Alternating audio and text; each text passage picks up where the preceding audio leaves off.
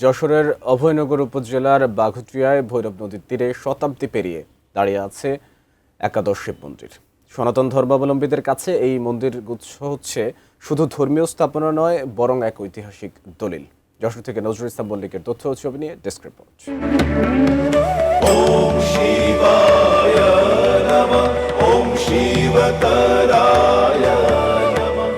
ইতিহাসবিদদের মতে রাজা নীলকণ্ঠের কন্যা অভয়ার নামানুসারেই যশোরের এই অঞ্চলটির নামকরণ হয় অভয়নগর। সেই রাজকন্যার জীবনের বেদনার গল্প জড়িয়ে রয়েছে এই মন্দির গুচ্ছকে ঘিরে, যা আজও মানুষের মুখে মুখে ফেরে। রাজা ছিলেন, রাজার মেয়ে অভয়া ছিলেন। ওই অভয়ারে আর কি ওনার বাবা বিয়ে দিছিল। বিয়ে দিলে ওনার স্বামী মারা গেছিল। স্বামী মারা গেলি তা বললো যে বাবা, আমার আর বিয়ে হওয়ার দরকার নেই, আমারে 11টা শিব মন্দির করে দাও, আমি বাকি জীবন ওই ভোলানাথের পূজা করতে করতে আমার জীবন দিয়ে দেবো। আনুমানিক অষ্টাদশ শতকে চাঁচড়া জমিদার পরিবারের সদস্য রাজা নীলকণ্ঠ মেয়ের অনুরোধে এই মন্দিরগুলো নির্মাণ করেন। চুন, সুরকি ও পোড়ামাটির ইটে নির্মিত 11টি মন্দির। দেয়ালগুলোতে পোড়ামাটির ফলকসহ অপূর্ব কারুকাজ।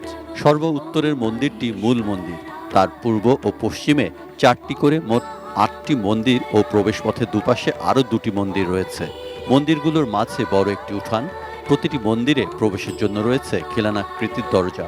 অভয়নগরের ঐতিহ্যবাহী 11 শিব মন্দির সংস্কারের অভাবে হারিয়ে যেতে বসেছে।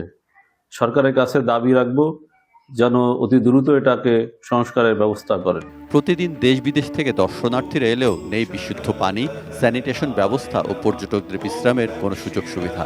আমার সব ফ্যামিলি নিয়ে 11 শিব মন্দিরে ঘুরতে এসে খুব ভালো লাগেছে। এসে এই জায়গায় যে একটু বিশ্রাম নেবে বা এই জায়গায় পানি পান করবে, এরকম কোনো সুব্যবস্থা নাই।